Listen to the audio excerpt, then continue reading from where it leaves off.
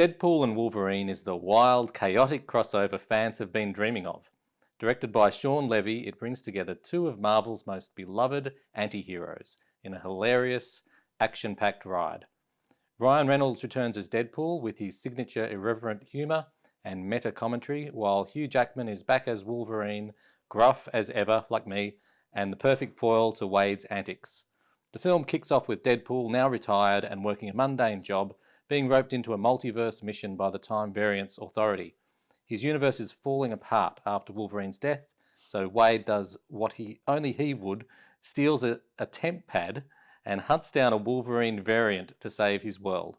The journey throws them into the void, where they face off against the villainous Mr. Paradox and the mind-bending powers of Cassandra Nova. The movie's vibe is pure fun, explosive action sequences, constant humour, and the perfect mix of Deadpool's absurdity with Wolverine's no-nonsense attitude. Again, like me. There are fourth wall-breaking gags, multiverse mayhem, and plenty of fan service, with both characters pushed to their limits in the most outrageous ways possible. Did you find this film outrageous, Baron? Outrageous? Yeah, I don't know. It's sort of what I expected. This is what Deadpool is. I think this is exactly what people were expecting when they came to see this film. Did you like it? You know what? I sort of semi-liked it. I think I liked it from the perspective of I like silly, fun films. And I wasn't expecting too much more than that. If you're somebody that loves, a deep, thoughtful film that with characters that maybe have an arc, perhaps you care about what happens to these characters, then maybe this isn't the film for you, because this is a film that sort of doesn't care about any of that sort of storytelling and is all about how many jokes can we fit in. I hope Ryan Reynolds isn't listening to you, because I think deep in his heart, he thinks there is an arc to his story. Sure.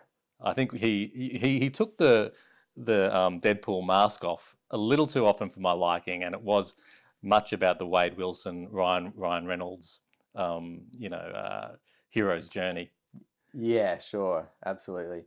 Nobody needs to see too much of that, particularly the little bits of stapled hair onto the head. Like that's right. I just imagined when I was watching this film that a group of like 10-year-olds who are uber comic book fans were like, what if, and then, but then this happens, and then, but then he comes and he appears, and then this happens, and they fight again, and then but no, it's this. That's kind of what it just feels like, the whole thing, the whole way through.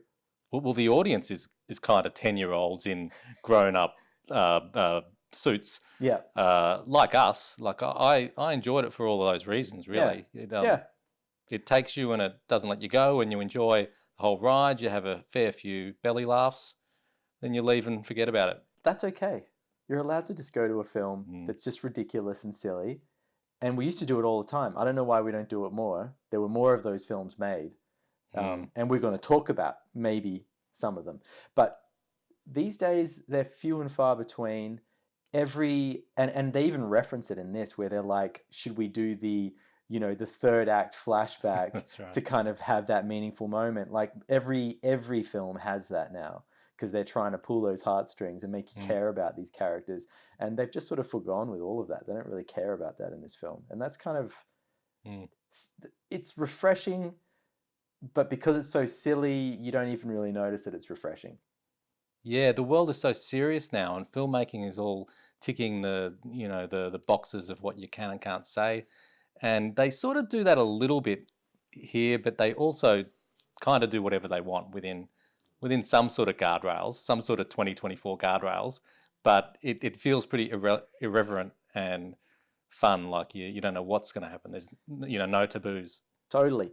You remember when we were talking back with Sean Mackay and Mike Barry, we were talking about the multiverse back in the day, and how the multiverse kind of meant that there were no rules anymore and that anything could happen. Yes. Well, this is the nth degree of that. Yeah. It's a problem if you care. If you don't care, it's just fun. And I feel like that's what this film is.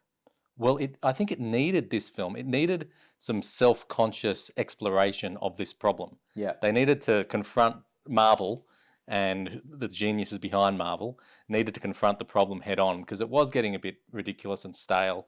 And to have the character of Deadpool basically critique the whole nonsense gives them a chance to, I don't know, reset. I don't know what the reset means, but, I think there's pre Deadpool Wolverine and post Deadpool Wolverine. Yeah, yeah.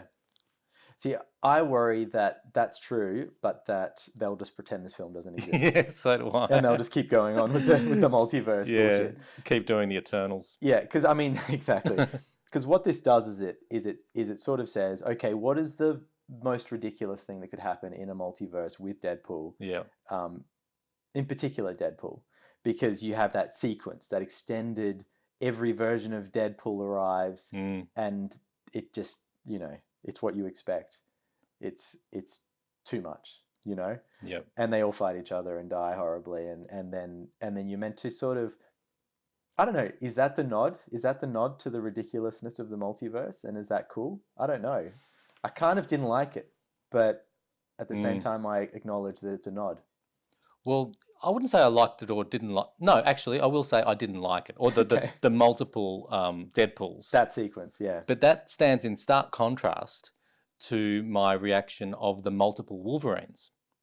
Yes. Now, it's Deadpool and Wolverine, like they're completely separate characters. That's why different characters. That's why the chemistry kind of works. Yeah. And that's what's novel. Yes. But when you look at the multiverse versions, you've got Deadpool's ones are all caricatures. They're not serious. The Wolverine ones, while funny, it just is an exhibition of Hugh Jackman's acting chops to just, with nuance, create all these different Wolverines that you can completely tell apart. Yeah.